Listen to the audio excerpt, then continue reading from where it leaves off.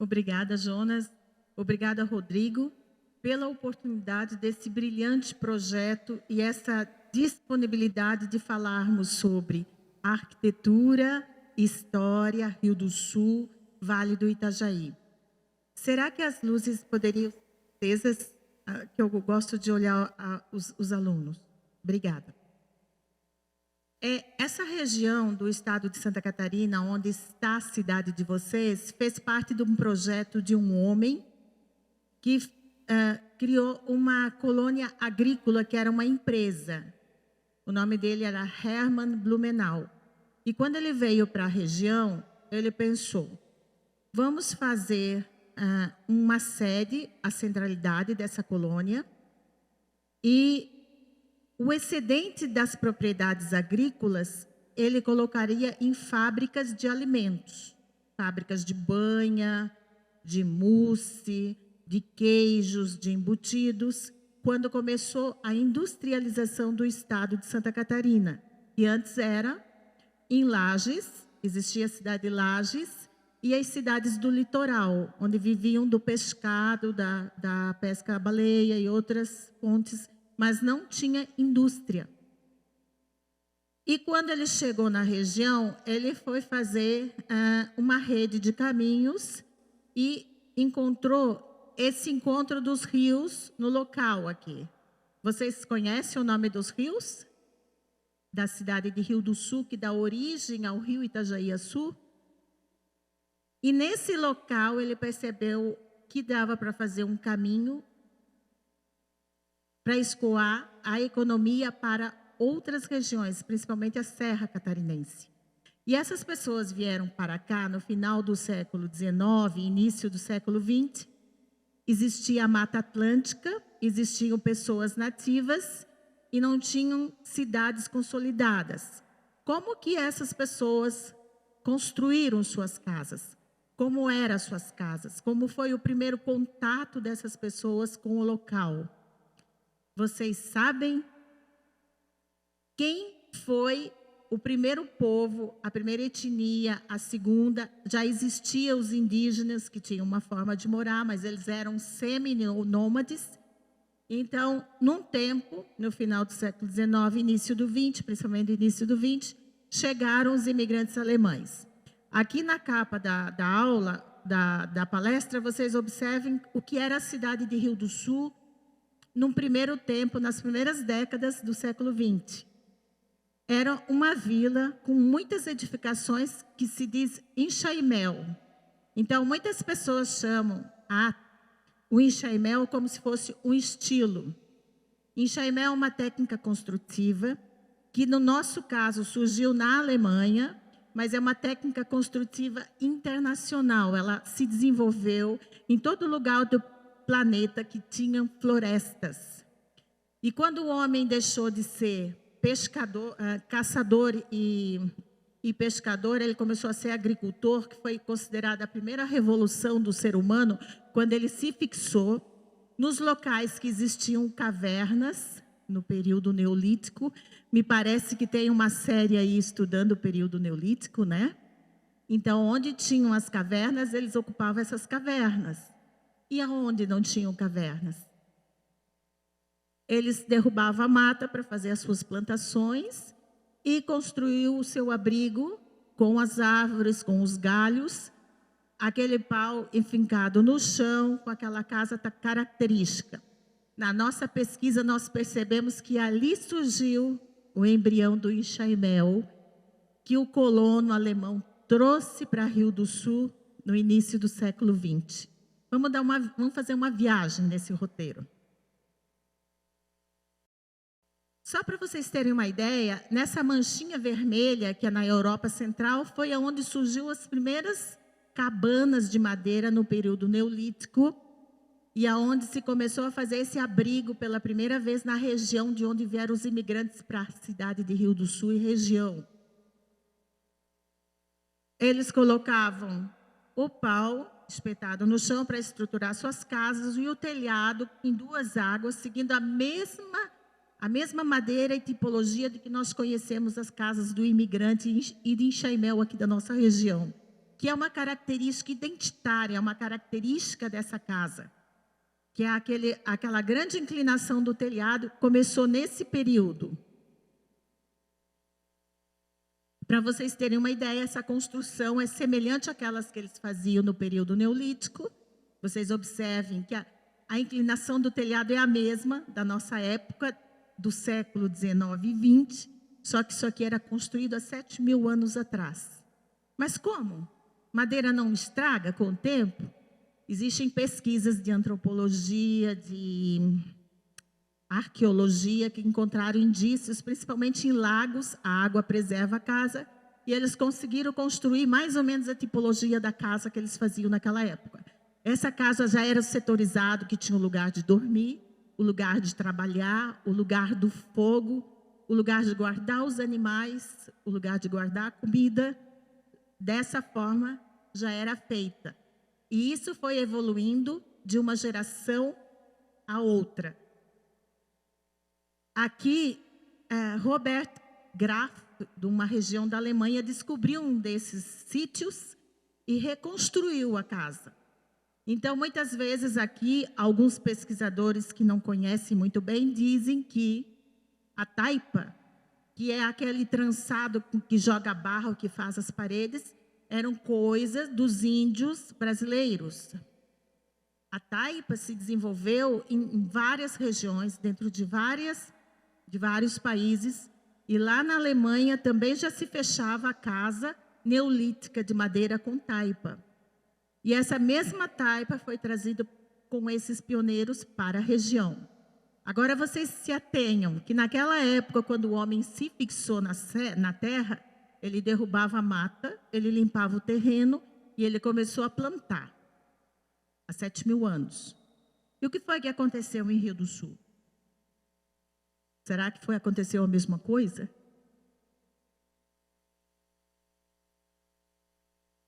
Para ilustrar, nós temos na direita uma edificação da cidade de Blumenau. Isso para vocês observarem a identidade e a forma de construir, com a taipa. Nas duas casas tem taipa.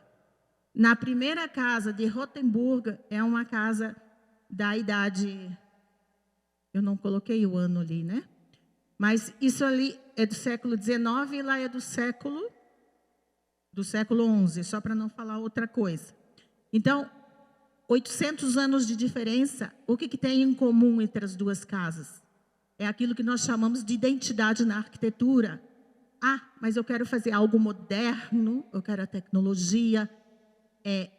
Nas cidades alemãs que nós pesquisamos, se tem uma edificação do século XI, se constrói uma casa contemporânea, e para respeitar essa paisagem de cidade, se repete a volumetria, a inclinação do telhado. E aqui nós temos duas formas de construir, distantes, os construtores não entraram em contato.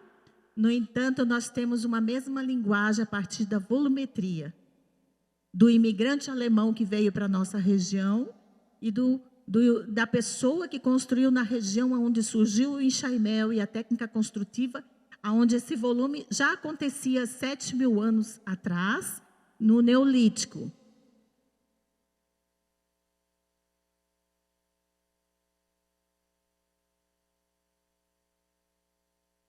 Agora eu perguntaria para vocês, eu não estou vendo todos. Geralmente, na nossa região, nós estigmatizamos que enxaimel tem uma determinada característica e só isso é enxaimel. Foi o que nos motivou a pesquisar e ir até a Alemanha buscar respostas.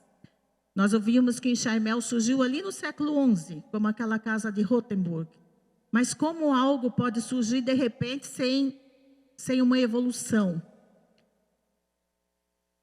O enxaimel reporta a estrutura de madeira. Essa estrutura, aquela gaiola, essa estrutura ela pode ser fechada, que nós chamamos de fechamento, com tábuas, com reboco, com tijolos rebocados, com vidro, com madeira, já repeti, com taipa. E outros materiais que forem possíveis. Hoje na Alemanha se usam placas de aglomerado, porque o resíduo da madeira não é colocado no lixo. A partir de resinas, eles se tornam fechamentos também. Então, isso se chama sustentabilidade, não criação de lixo. E essa casa de Blumenau, as pessoas olham e se você fala que isso é uma tipologia em Chaimel, eles não acreditam. Mas essa é uma tipologia em Chaimel. Num determinado momento, esse enxaimel da região passou a ser rebocado por N motivos.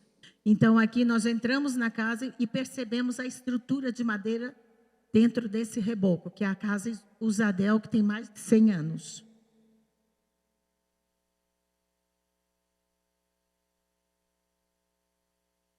Na Europa, houve uma evolução nos séculos, esse aperfeiçoamento das casas foram acontecendo de uma geração a outra, e, num determinado momento, o Império Romano, que você já deve ter ouvido falar, ocupou a maior parte do território da Europa.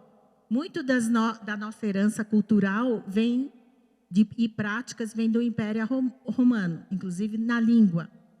E ele chegou nessa região que ele se construiu, essas casas, colocando os paus no chão, fazendo fechamento de taipa e cobrindo com palha. Num período que eles construíram esse tipo de arquitetura, eles não aceitavam essa situação, que parte do reino dele morasse de forma tão rudimentar e não compreendendo que aquilo já era uma questão de identidade.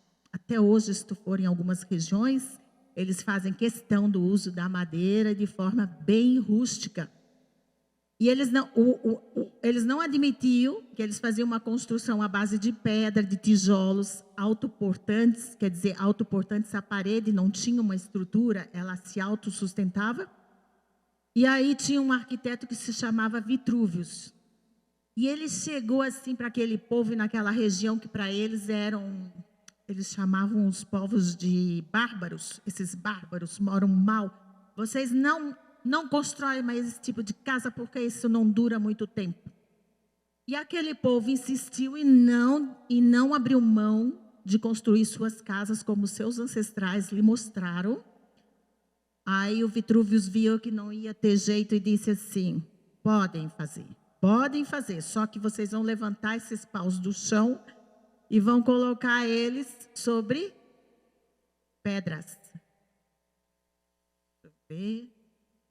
Vão colocar esses paus sobre pedras. E como eram tudo elementos verticais, esses paus sobre pedras, eles ficavam sem sustentação. E o que faz para um elemento vertical ficar? Bota a estaca.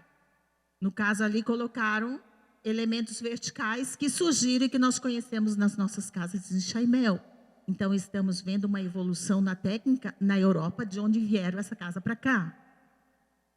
Subiram, continuaram sendo redondos, ali já está quadrado, mas com o tempo eles perceberam que o pau quadrado é mais fácil de trabalhar. O quadrado que tem o retângulo, né? Eu tenho que acertar. Então, com o tempo, eles criaram ferramentas a partir da época do ferro, e essas mesmas ferramentas feitas de metal, de ferro, são as ferramentas da época do Neolítico. Vocês sabem que na época lá eles faziam, o pessoal que está estudando o Neolítico com o professor Marcelo, eles faziam machadinhas, eles faziam facas com pedras amarradas em paus. E essas pedras, na época do metal, do ferro, eles começaram a fazer com ferro, e são as mesmas ferramentas que nós vemos ali no museu, onde é a antiga estação da professora Cláudia Dagnoni. Essas ferramentas estão ali expostas. Um enxó, vários tipos de machado.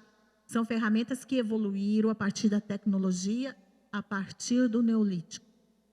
E com essas ferramentas, eles passaram a deixar essa madeira, essa estrutura quadrada, para colocar aquele elemento a mais, e com o tempo eles perceberam que não precisavam mais amarrar, mas eles podiam cortar essa madeira e fazer os encaixes.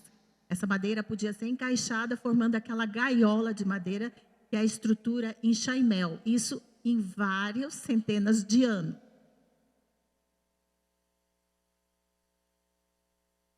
Melhorando os encaixes, vários tipos de encaixes. No decorrer da evolução da técnica construtiva em Chaimel, isso foi muito aprimorado, tanto que fizeram as pessoas acreditar que o enxaimel surgiu na Idade Média.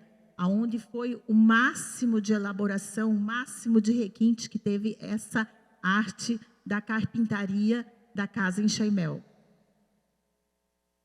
E com essa ideia do Vitrúvios, além de levantar essa estrutura do barro, se criou o primeiro andar de tijolos autoportantes ou de pedras. Então, se criou a casa mista, a construção mista. E com o tempo poderia ocupar até o segundo andar. Então, houve uma interferência direta dos romanos nessa casa em Chaimel, da área dentro do território deles. O que não ocorreu naquela região perto do Báltico, onde eles não chegaram, onde um rio lá, teve um rio que não permitiu eles transpassarem, e lá continuou sendo feito como desde o princípio foi feito no período neolítico. Não houve contato com essa forma de construir do Vitrúvios. Isso é uma madeira que nós vimos e fotografamos numa cidade de Baden-Württemberg. Então, nós percebemos lá que lá também eles desmontam as casas e ficamos bem chocados, porque parece que é uma madeira falquejada, onde trabalharam manualmente, nada de máquinas, e uma coisa muito antiga. Então, o Chaimel ele é feito de tal maneira, dentro dessa evolução, como se fosse peças de montar. Ele é confeccionado num galpão, ele é todo numerado, e montado nesse galpão, desmonta e depois monta no lugar que vai ficar a casa. Era muito usada essa realocação aqui na região. Pegava enchente, desmontava a casa, levava para um elevado. Então, às vezes, as pessoas ficam assustadas quando eles vão melhorar ou restaurar uma casa em Chaimel, que eles desmontam totalmente. E quem não sabe, pensa que eles estão demolindo e descaracterizando. As madeiras são desmontadas, são limpas, algumas são enxertadas, outras são substituídas. E nós vimos esse processo também de restauro na Alemanha. Acontece a mesma coisa, inclusive com cores de madeiras diferentes, madeiras falquejadas junto com madeiras feitas à máquina. Acontece dessa forma. Com o passar do tempo, houve uma evolução no período gótico. O que lembra vocês que estudaram história? O que mais chamou e chama atenção no período gótico? O pessoal do 9º, do 8º já estudou o período gótico? Eram as cidades muradas que cresciam em volta de uma catedral. E essa catedral, ela primava pela verticalidade. Ela era muito alta. E, de repente, as casas em Chaimel, que não são estilo, mas houve uma adequação em cada estilo artístico, essa casa, no período gótico, ela também se tornou mais vertical. Aí eles não sabem se é porque o pau não tinha pau grande o suficiente, que daí eles repartiam e faziam pavimentos, e faziam essa parte escalonada. Tinha edificações em Chaimel de vários pavimentos em algumas cidades, e elas primavam pela verticalização. E isso surgiu nesse período do gótico. Aí nós vamos observar outros períodos passando. No renascentista, quem estudou arte, gosta de arte, sabe que no período renascentista a escala das artes supriram uma grande demanda, entrando em várias áreas das artes. As artes saíram do espaço religioso e passaram para a esfera das famílias, surgindo lá no Renascimento.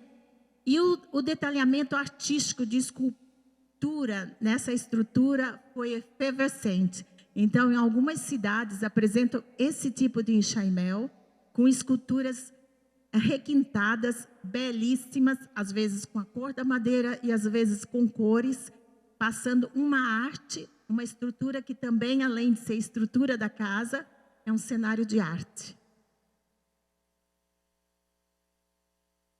Mais um exemplo, surgiram vários tipos de elementos inclinados, uns que serviam somente como decoração, além daqueles da estrutura em Chaimel. E no Barroco, foi quando as pessoas começaram a achar que aquelas cidades todas feitas em madeira botavam risco com as famílias, pelo tanto de incêndio que sofriam. E eles colocar limitações para que, se faça uma casa em Chaimel, ela precisava ser rebocada. Isso aconteceu no final do século XIX, no meio do século XIX, mais ou menos na época que esses imigrantes vieram para a nossa região. E eu não conseguia entender como que no Stadtplatz, na centralidade de Blumenau, existiam casas rebocadas no final do século XIX. Depois que eu estudei as artes e que essa técnica construtiva, que não é um estilo, ela mudava dentro dos estilos, eu compreendi que era reflexo do barroco. O barroco criavam legislações para que as casas fossem rebocadas dentro daquelas cidades muradas.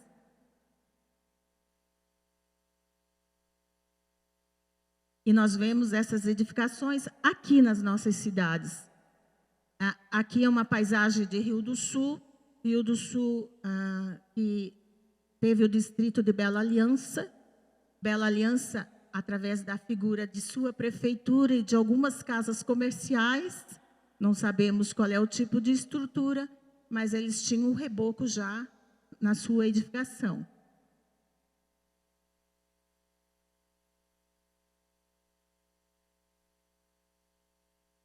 Uma casa comercial, uma filial de Blumenau, com o Chaimel aparente.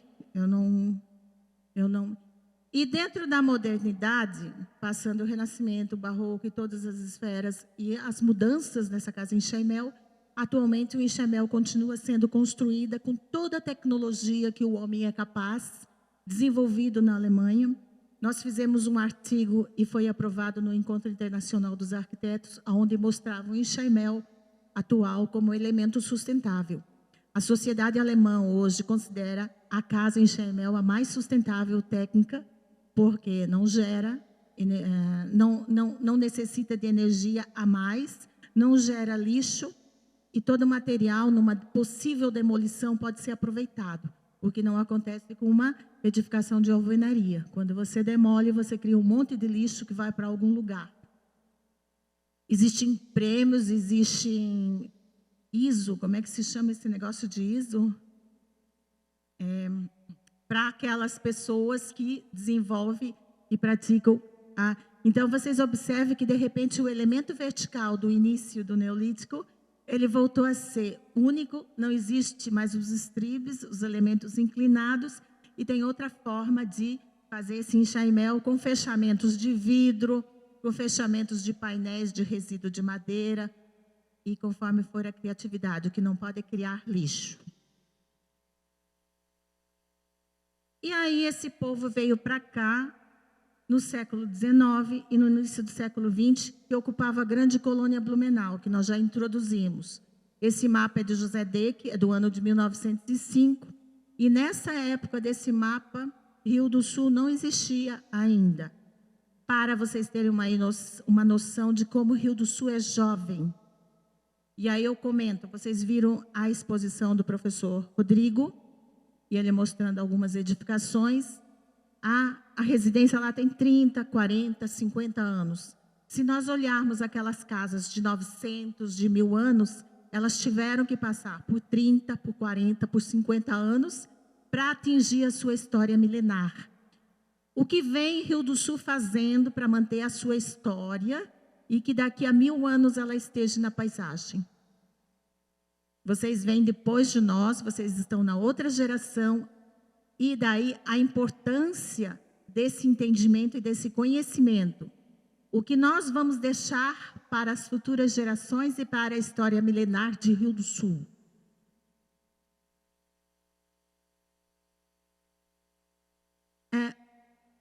A evolução da casa em Chaimel da região, nós fizemos uma pesquisa que está no livro Farvec, a técnica construtiva em Chaimel, ela evoluiu de maneiras diferentes na cidade e na área rural. Todo esse território, cidade e área rural, fazia planos da empresa privada do fundador. Na cidade comercializava, faziam as fábricas e o comércio, e aonde tinha os burocratas, e na área rural, aonde se cultivava a matéria-prima para a indústria que ele pretendia fazer e desenvolver e promover o desenvolvimento nessa região toda.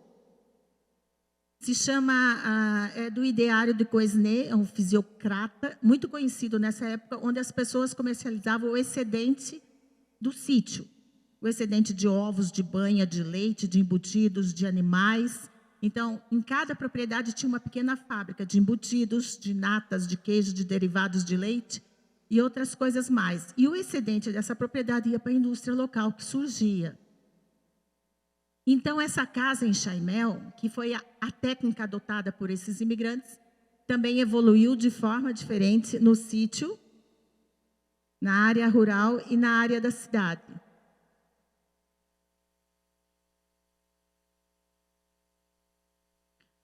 Como nós falamos, era uma empresa e ele precisava abrir os caminhos entre as nucleações e distribuir essas propriedades ao longo do território.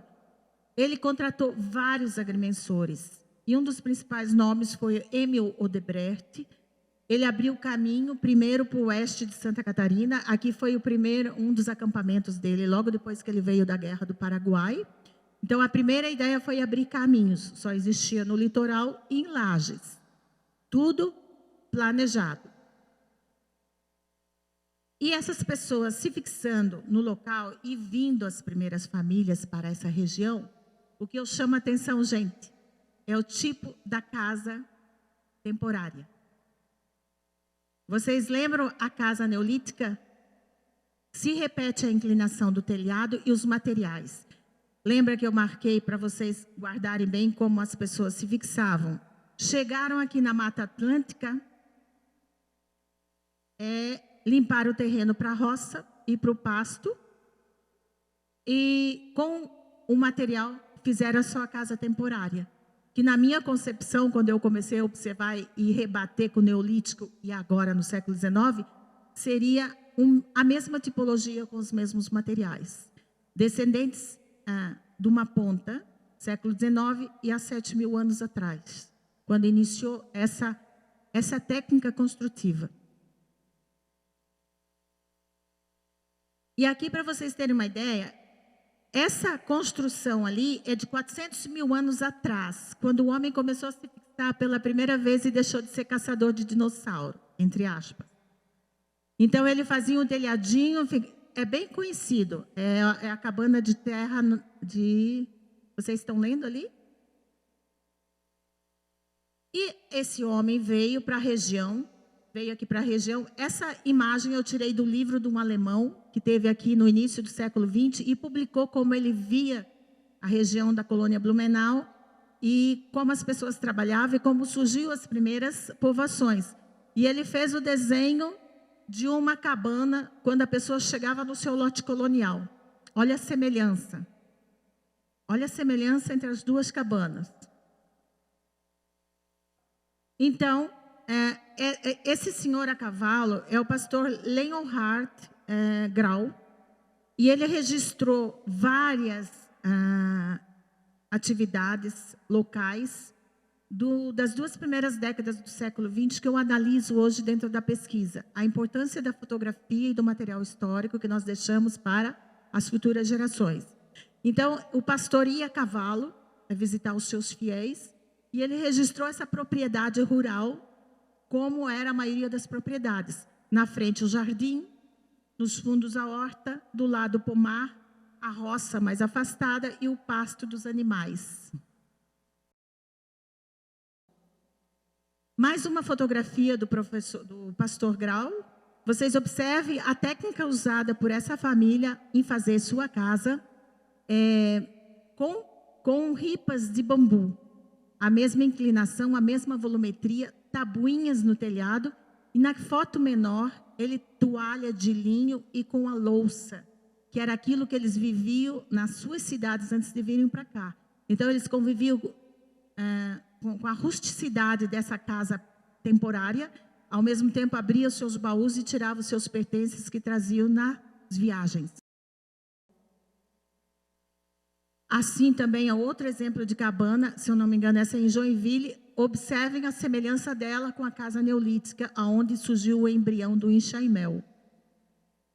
Também é uma casa temporária. Eles faziam essas casas temporárias para poder plantar, porque eles não tinham nem comida. Eles vinham com os grãos com as mudas de rosa e com o baú com algum pertence ou outro. Eles faziam essas casas para residir até eles juntarem material suficiente para fazer a casa permanente e fazer o plantio, colher os primeiros alimentos.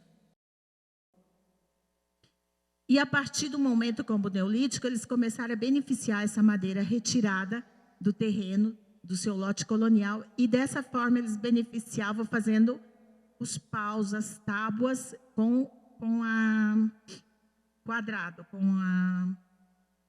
seção quadrada. A dona Renate Odebrecht comentou, não é esse retrato, esse aqui também foi tirado do livro do Wettstein, que é aquele engenheiro alemão que publicou no início do século XX. Essa casa é a casa temporária do segundo balseiro de Rio do Sul, feito com taipa, cobertura com galhos e fechamento com paus espetados no chão. Então, eles faziam eles falavam chão batido. E essa casa, e depois eles faziam a casa permanente, ela seguia uma certa tipologia. O alemão e o italiano apreciam muito o clássico. Então, a simetria das fachadas, as janelas e portas eram colocadas de forma equidistante, a queda do telhado bem forte. E aqui vocês observam a venda do Odebrecht. A venda do Odebrecht foi a primeira venda ali no encontro dos dois rios, voltada para o rio Itajaiaçu. Fechamento, cobertura de palha e fechamento do seu enxaimel em madeira. Evoluindo essa casa, ganha cobertura, não é a mesma casa, é só um exemplo. A simetria continua, o fechamento é em tijolos e a cobertura em telha. Se eu não me engano, aquela é a casa do irmão dele. Por favor.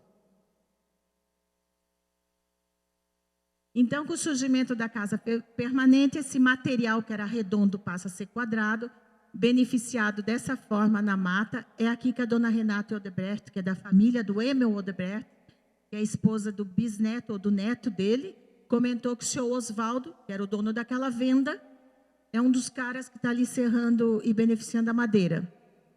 E a casa permanente, ela tem uma planta retangular, a inclinação do telhado que surgiu lá do Neolítico e as elevações simétricas, as aberturas simétricas nas elevações. Isso na área rural e na área urbana.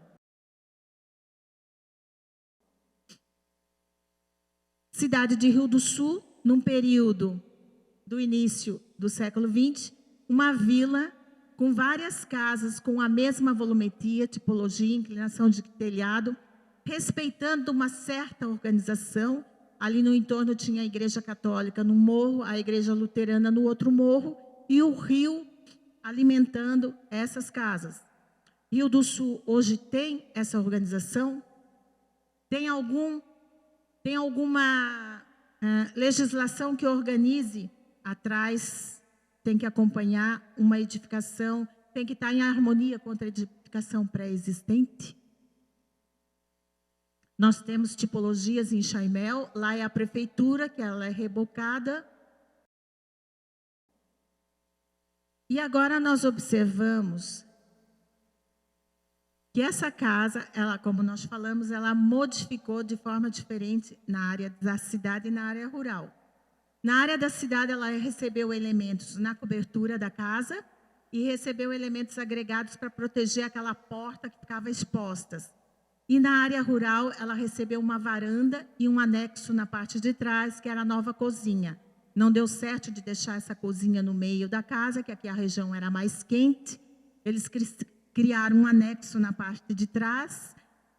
E como esse telhado já era muito inclinado, e se desse a sequência nele, cobrindo esses anexos, eles iriam ficar com o pé direito muito baixo e as pessoas iriam bater a cabeça na varanda. Então, eles criaram uma quebra no telhado, que é uma característica da casa rural da região de Santa Catarina, nessa região do Vale do Itajaí. Na região da Grande Florianópolis também existe em Chaimel, mas eles não constroem a casa e não resolveram esse problema dessa forma. E como na cidade rebocaram muito as casas, não existe mais casa em Chaimel na cidade, Rio do Sul, Blumenau, por vários motivos foram rebocadas e tiradas, mas na área rural permaneceu. Erroneamente, muitas pessoas afirmavam ou afirmam que a casa em Chaimel é uma tipologia puramente rural. Isso não é verdade. Existiu todo o processo na construção das nucleações, na parte de cidade e na parte rural, utilizando e construindo em Chaimel. Então, predominou a casa com a quebra do telhado na área rural, que eles colocaram aquela varanda na frente, as pessoas, depois de um dia de trabalho de roça, e muitas vezes na fábrica já, sentavam nessa varanda para contemplar a rua, a estrada. Essa fotografia mostra uma casa sem os anexos e como ela ficou, a característica dela depois de ter recebido os anexos, que fica evidente, fica algo muito meio que mal acabado, assim, né? Fica uma coisa meio... E o telhado ainda ficou sem a quebra, mas os anexos foi colocado. O que eu falo sobre isso? Vieram poucos carpinteiros e a arte da carpintaria foi passada de maneira rudimentar de uma geração para outra, e alguns construíam, como hoje, o pessoal chama autoconstrução, e faziam como entendiam, fazendo aquela técnica. Então, surgiu algumas tipologias muito diferentes, bem diferentes daquela comum feita pelos profissionais da construção e da carpintaria. Por favor. Aqui nós temos aquela mesma casa do comércio Paul, que vocês observam a quebra, não utilizado para cozinha e não utilizado para varanda, mas para ampliar a área de um comércio, né, que era o comércio dos automóveis em Rio do Sul. Outra tipologia que não é em Rio do Sul, mas é em Pomerode, aonde é adaptada a varanda e o anexo da cozinha. O anexo da cozinha ficava na parte dos fundos e a varanda na parte da frente, para a contemplação da família. Ok? É interessante, esse é o bar germano, o Rodrigo que fotografou, e esse trabalho é um trabalho dele junto com o Jonas, que eles publicaram um trabalho muito bom, falando de 5 tipologias das cidades de Rio do Sul. E esse bar germânico vem comprovar aquilo que eu lhes falei.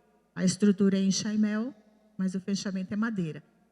A volumetria é a mesma da casa rural. E se uma pessoa não for muito interessada ou não tiver muito conhecimento, vai dizer, isso é uma casa de madeira. Aí eu digo, não, isso é uma casa em Chaimel.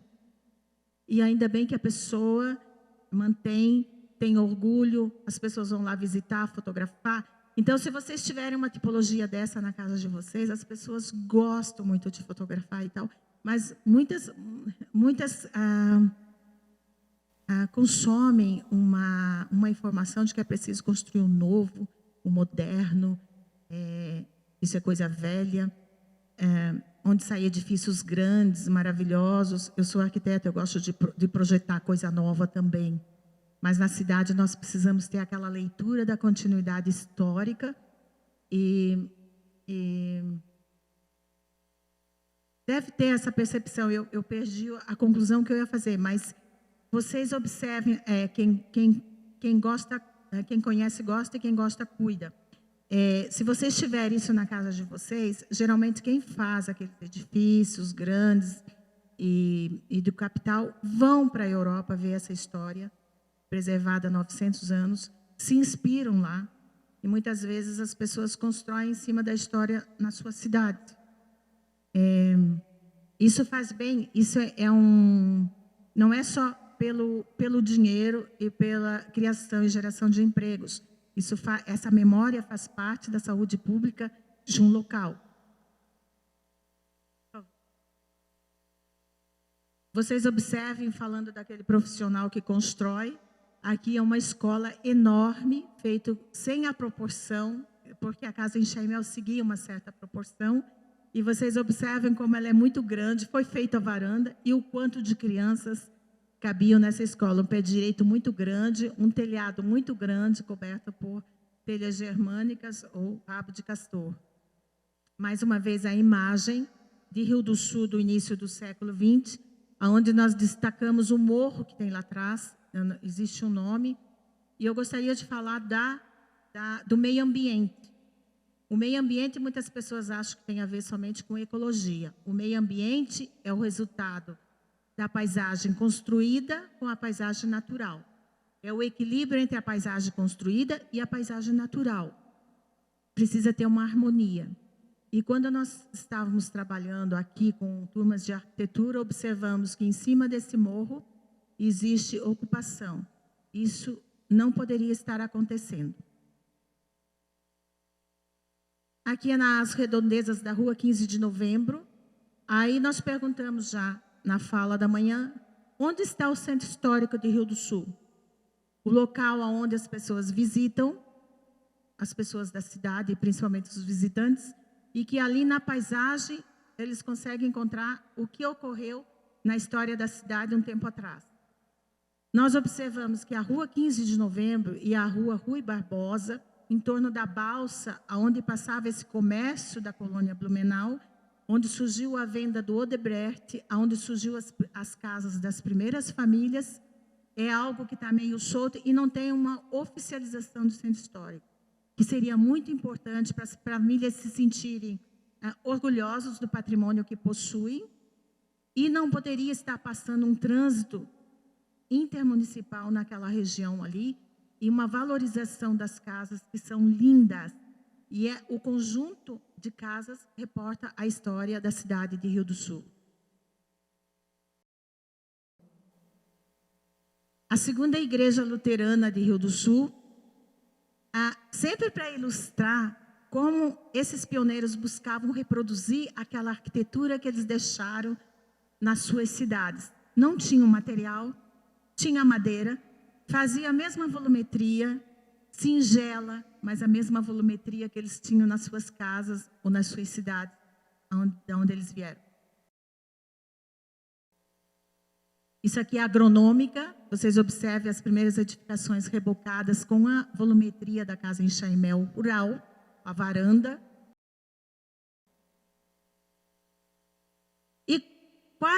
E como foi a evolução das casas nas cidades, da casa em Chaimel da cidade, que não tem mais?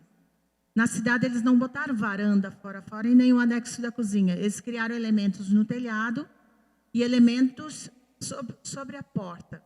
Então, lá nós temos Stadtplatz de Blumenau. Nós vemos uma casa com aquele elemento no telhado que tem aqui, que não tem em português, só em alemão, que é Dachgaube. E isso lá é em 1868. E como já tem casas também rebocadas, que é daquele barroco alemão que nós mencionamos antes. Casas rebocadas no final do século XIX. Isso é lá a centralidade, o centro histórico de Blumenau, depois da enchente de 1880, mas nós vemos edificações em Chaimel, onde a fachada era rebocada, também resquícios do barroco, nós já falamos. Ali nós temos uma edificação lá na centralidade de Blumenau, que era a centralidade do centro da colônia Blumenau. Vocês observem como a porta recebia aquele puxadinho de proteção. É um dos elementos da evolução da casa em Chaimel urbana. Mais um exemplo da cidade. Olha como não tinha em Chaimel na cidade.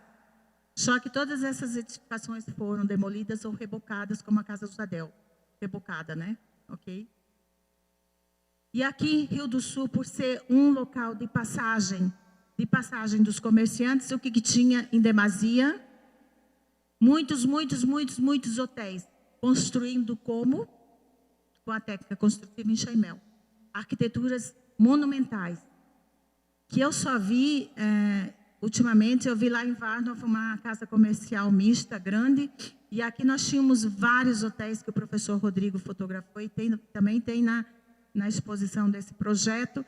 Vocês podem observar que não tem proporção alguma, poderiam ser pessoas que reproduziam em Chaimel, aprendendo com aqueles carpinteiros, pé direito altíssimos, o Dachgaube, que era aqueles elementos da casa urbana, de repente feito ali, tem a proporção geralmente usada.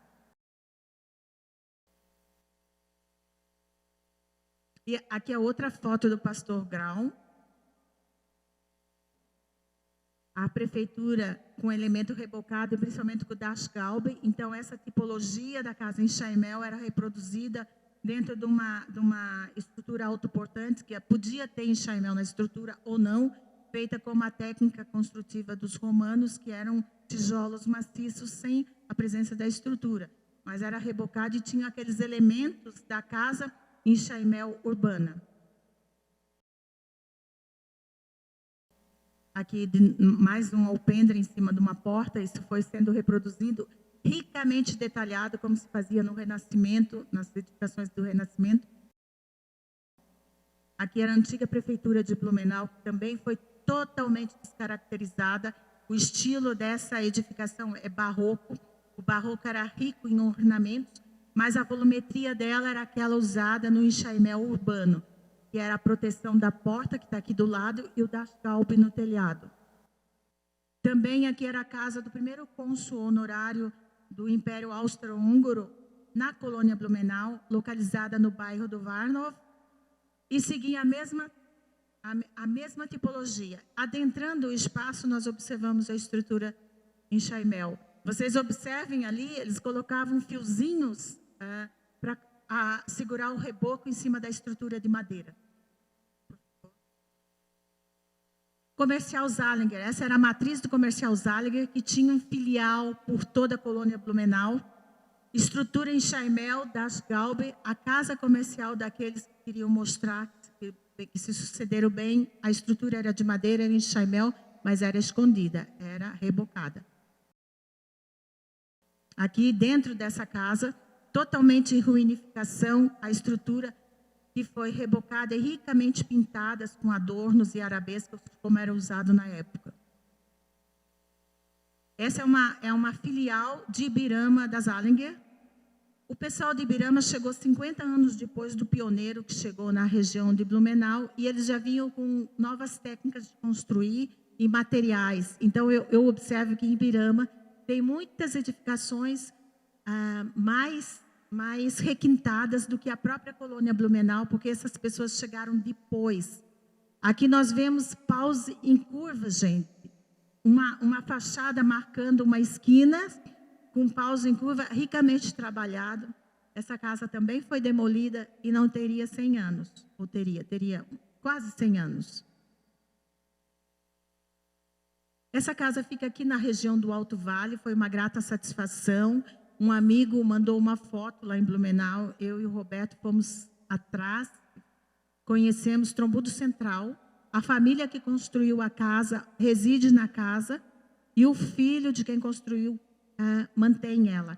A planta dessa casa nos deixou pensativa, porque ela tem a planta da casa brasileira.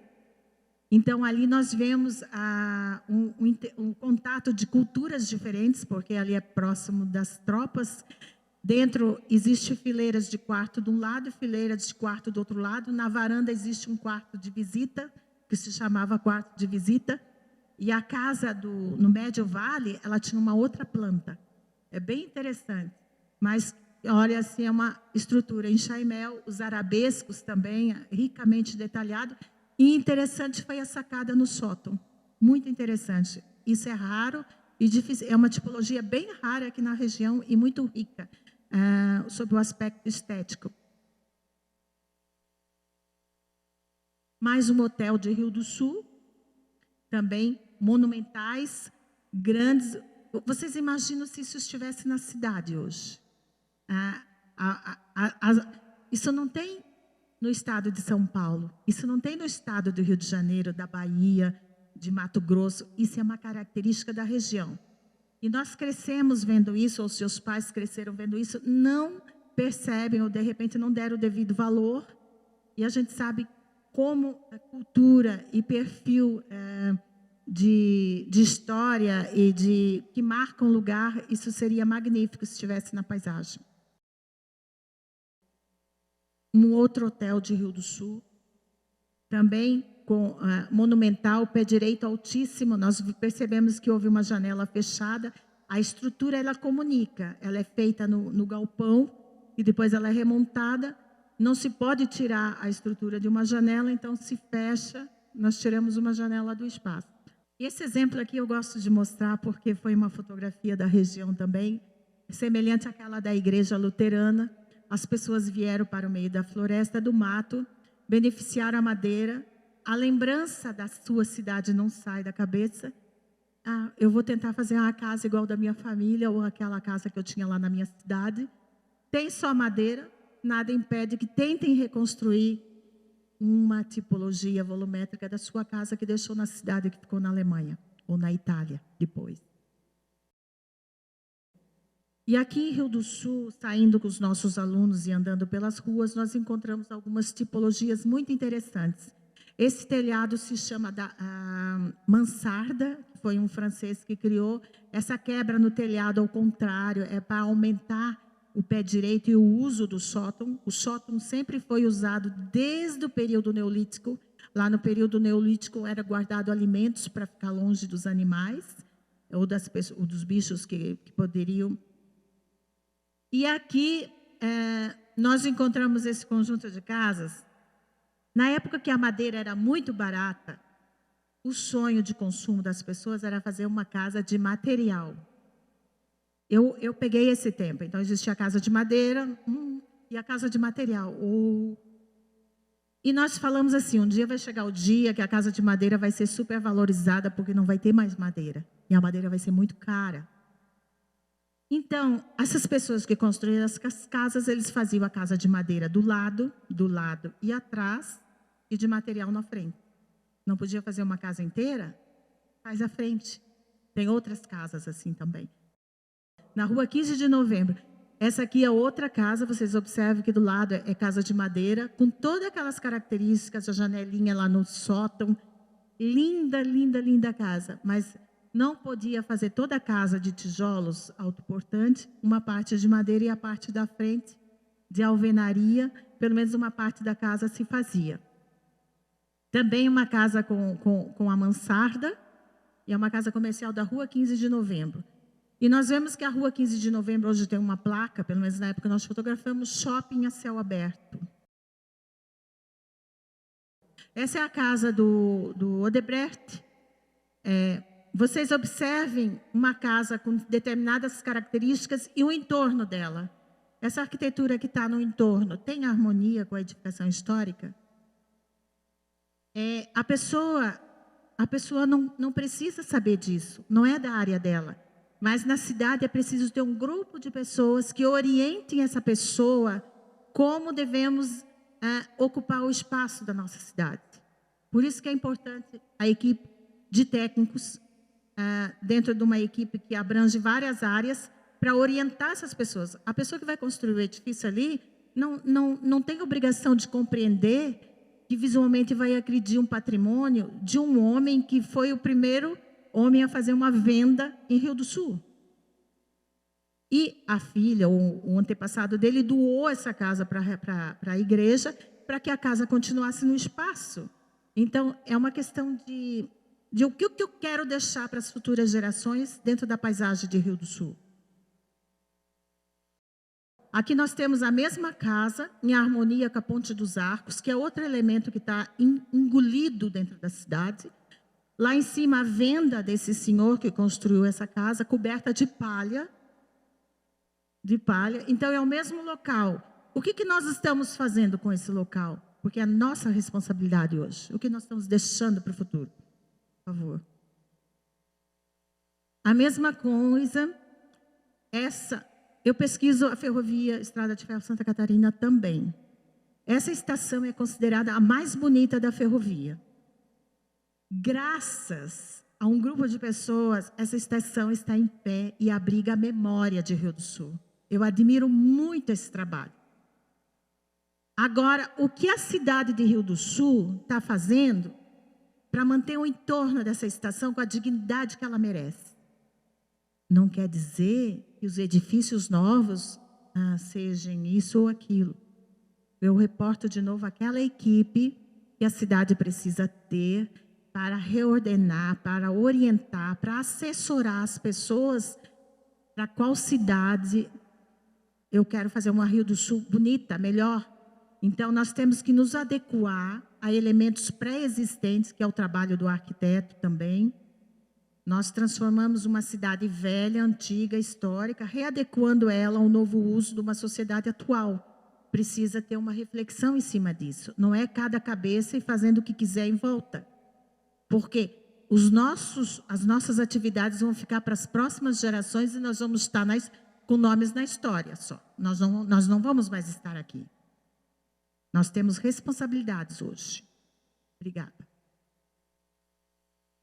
Essa região que eu estou falando do Encontro dos Rios, nós temos um mapa com o nome de todas as famílias que moravam ali no início do século XX. Vocês conhecem essas famílias? A casa dessas famílias estão no local? Por que não existe um centro histórico envolvendo essas edificações em Rio do Sul para contar essa história à pessoa que aqui chega? Esse Encontro dos Rios, falando de meio ambiente, é uma das paisagens mais lindas que eu vi nessa cidade. Existe uma ponte azul lá que tem subuso, uma ponte pêncil lindíssima, ligando. Isso não é explorado para passeio, interatividade,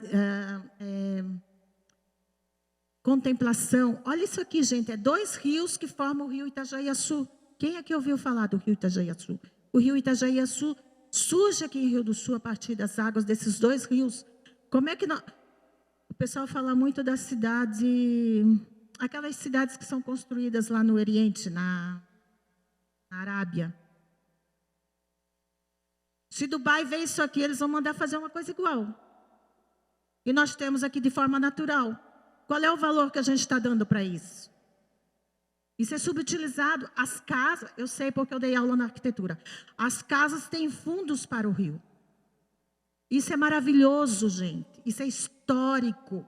Isso tem potencial de natureza e potencial histórico. E está aqui em Rio do Sul. Esse senhor, que se chama Jair Volstein, passeando por ali, conversamos com ele. Ele tem essa consciência. Ele faz o restauro dessa casa com o dinheiro que ele junta num tempo, restaura, junta mais um pouco, restaura pela consciência da importância desse lugar. E nessa placa ali existe assim, ó, Rua 15 de Novembro, shopping a céu aberto. Será que esse espaço é digno só do aspecto comercial? Esse espaço onde surgiu a história de Rio do Sul, não tem outros apelos também? Aqui nós temos a Rua 15, lá nós temos o Ponto Chique, que o Jair está restaurando, e o início da Rua 15. Tem muito potencial ali. Precisamos arrumar uma equipe para orientar e para fazer isso surgir. Isso é forte, gente. E aí nós fomos dar um pulinho lá no Bela Aliança, que é o distrito, que foi o distrito de Blumenau, que surgiu lá em 1912, cuja centralidade passou para Sidarme. Sidarme era ali na Balsa, justamente pela importância do encontro daqueles rios. Aí nós fomos lá visitar, e aí a gente vê acontecendo isso no meio ambiente. O que é meio ambiente? Paisagem natural e paisagem construída. As pessoas que fazem isso estão recebendo orientação para o que é melhor para esse lugar? Como nós vamos deixar esse lugar para os nossos netos e bisnetos? A responsabilidade é nossa, é grande. E aí nós vemos uma construção aqui sem o telhado. É a primeira coisa para uma casa histórica acabar é tirar o telhado. Sem o telhado, a primeira igreja e escola. Isso aqui tem um grande potencial do surgimento da cidade do Rio do Sul a partir do distrito de Bela Aliança. E para terminar, depois ainda tem mais um slide, aquele entorno que eu comentei do casarão de Rio do Sul antigo, de Rio do Sul do início do século XX, e o mesmo lugar. Qual a responsabilidade dessas pessoas que ocupam o entorno dessa história? Então, nós não analisamos a altura, nós não analisamos o material, nós não analisamos o equilíbrio, e assim acontece. Para terminar, aí perguntam para nós, até quando se construiu um enxaimel na região? E nós fizemos uma análise chegando até a cidade atual. A região da colônia Blumenau sofreu o nacionalismo implantado por Getúlio Vargas, Aristiliano Ramos, que é homenageado aqui numa avenida, governo estadual, e Nereu Ramos. As pessoas que fundaram essas cidades e industrializaram o interior de Santa Catarina, nascida no Brasil, lá na certidão está brasileiro, foram proibidas de praticar sua cultura, de falar sua língua, de cantar e também de construir as suas casas. Tudo que lembrasse a cultura desses pioneiros que vieram desbravar, construir e principalmente serviram para povoar o sul do Brasil, que no século XIX corria o risco de ser tomado pelos espanhóis, foram necessários, e de repente eles foram proibidos de várias coisas e das suas práticas e também de construir a sua identidade através da arquitetura. Muito obrigada.